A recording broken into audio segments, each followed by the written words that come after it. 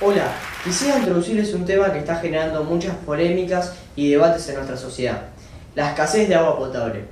¿Pero por qué es tan importante el agua potable en nuestra sociedad? Porque sin el agua potable nosotros no podemos vivir. Nuestro cuerpo está conformado entre un 70 y un 75% de agua.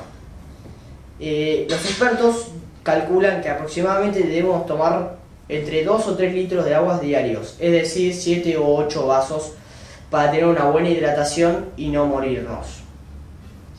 En Buenos Aires tenemos la suerte de tener AISA, una planta potabilizadora que limpia el agua sucia para poder ingerirla. Y hay muchos países africanos hay muchos más países que no tienen esa posibilidad. ¿Por qué sucede esto? Porque nosotros al agua la estamos arruinando, tirándole desechos tóxicos. El agua es la sustancia conocida por el hombre que puede estar en los 3 estados de la naturaleza. El agua cubre el 71% de la superficie terrestre, por lo tanto nunca se va a acabar. Pero ¿qué pasa?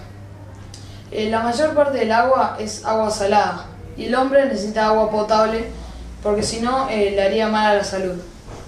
El 96,5% del agua son de los océanos. El 1,74% son de glaciares, el 1,72% son de depósitos subterráneos y glaciares continentales. El 0,04% son de lagunas, humedad del suelo, atmósferas, ríos y seres vivos. El 70% del agua dulce se lo usa en la agricultura. Un 20% es usado en la industria para cosas como refrigeración y transporte. Y el 10% se usa en el consumo doméstico. El agua es esencial para un humano y para los demás seres vivos. Los procesos de potabilización fueron aumentando a medida del tiempo. La FAO hizo un estudio en donde encontró que 1 de cada 5 países en vías de desarrollo se quedaría sin agua potable más o menos en el país en el año 2030. ¿Cuáles son los principales contaminantes del agua? Aguas residuales y otros residuos que demandan oxígeno. En su mayor parte, materia orgánica cuya descomposición produce la desoxigenación del agua. Segundo, agentes infecciosos que causan trastornos gastrointestinales. Tercero, nutrientes vegetales que pueden estimular el crecimiento de las plantas acuáticas. Estas, a su vez, interfieren con los usos a los que se destina el agua y, al descomponerse, agotan el oxígeno disuelto en el agua y producen olores desagradables.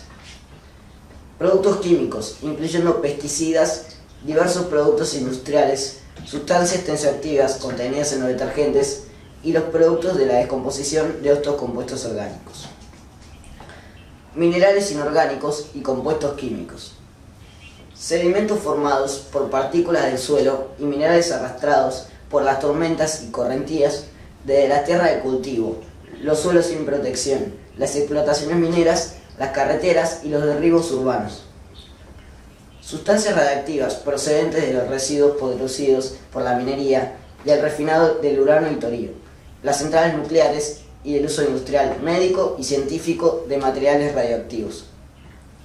El calor también puede ser considerado un contaminante cuando el vertido de agua empleada para la refrigeración de las fábricas y las centrales energéticas hace subir la temperatura del agua de la que se abastecen. El mercurio, un metal líquido muy tóxico, se acumula en el fitoplancton. En él, las concentraciones son 1000 veces mayores que en el agua. Los peces pequeños lo concentran aún más y los peces grandes hasta 100 veces más. Su concentración en los océanos es muy baja. En las zonas densamente pobladas y con mares donde la circulación de barcos es grande, se llega a concentraciones 100 veces mayores. Contaminación cloacal, una contaminación habitual de la que se produce por bacteria fecal. Eso se debe a que muchas ciudades vuelcan sus líquidos cloacales sin purificar. con purificación deficiente a los ríos y al mar. Algunas ciudades no tienen plantas depuradoras, otras la tienen demasiado pequeñas o de deficiente funcionamiento. A veces aparecen restos cloacales en las playas. Este problema puede surgir por playas en los sistemas de bombeo. Derrames de petróleo. Los derrames son los accidentes contaminantes más espectaculares. Se derraman millones de litros de petróleo por año. Por eso es preocupante si sucede cerca de las costas, ya que animales suelen aparecer muertos en las playas. También cuenta con que ellos son el eslabón inicial en la cadena alimentaria.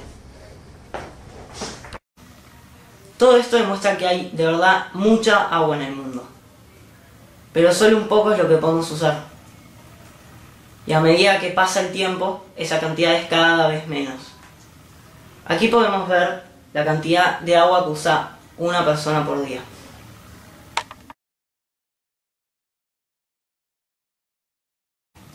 Esto quiere decir que el total de agua usada sería de 518 litros por día, con solo una persona. Hagamos el cálculo. Si somos 7.000 millones de personas en el mundo,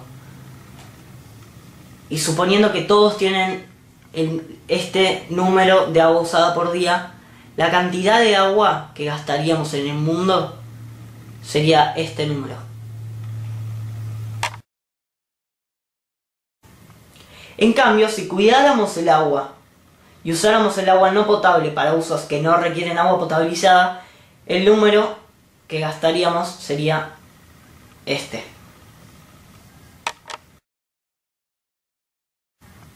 Por lo tanto, si todos ayudáramos a cuidar el agua y a hacer pequeñas cosas que hagan la diferencia y que ayuden un poco, el número de agua que podríamos ahorrar sería este.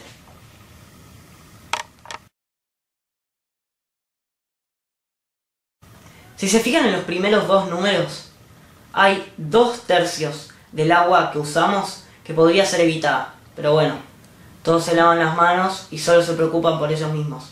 Así que sigamos. Estos hábitos de consumo señalados y el aumento de la población en el último siglo ha causado a la vez un aumento en el consumo del agua. Ello ha provocado que las autoridades realicen campañas por el buen uso del agua.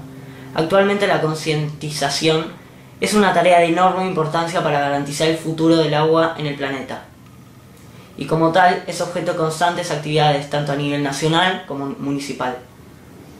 Por otra parte, las enormes diferencias entre el consumo diario por personas en países desarrollados y en vías de desarrollo señalan que el modelo hídrico actual no es ecológicamente inviable, sino también desde el punto humanitario, ya que muchas ONGs están tratando de incluir el derecho al agua entre los derechos humanos.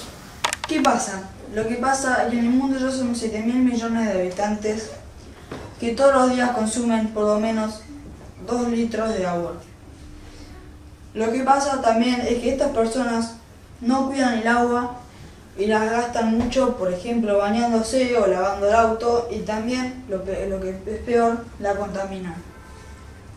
Sin pensar en que hay millones de personas en que no pueden acceder a esta y ellos tiran todos sus desechos en un río o en un lago, y así contaminando el agua y luego no se puede utilizar.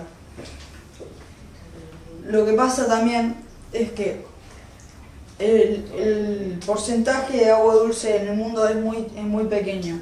Es el 3% de todo el agua que hay, y encima se estimula que en por lo menos 100 años el agua dulce ya no existiría gracias a las grandes contaminaciones, por ejemplo el riachuelo, que es el 9º lugar más contaminado del mundo, que es un río ubicado en la ciudad de Buenos Aires que está totalmente contaminado gracias a las industrias que están cerca del lugar y tiran todos sus desechos hacia este río, y causaron que en el agua de este río se introduzcan muchos materiales como óxido de azufre y también, lo que es peor, le dieron un color verde, y encima mucha gente cerca o enfrente del riachuelo y mueren, o si mueren gracias a estas grandes contaminaciones. En los años, cuando no haya más agua en todo el mundo, todos los países van a luchar por esos últimos litros de agua en todo el mundo. Se armarían grandes guerras mundiales y se contaminaría mucho por estas guerras. ¿Listo?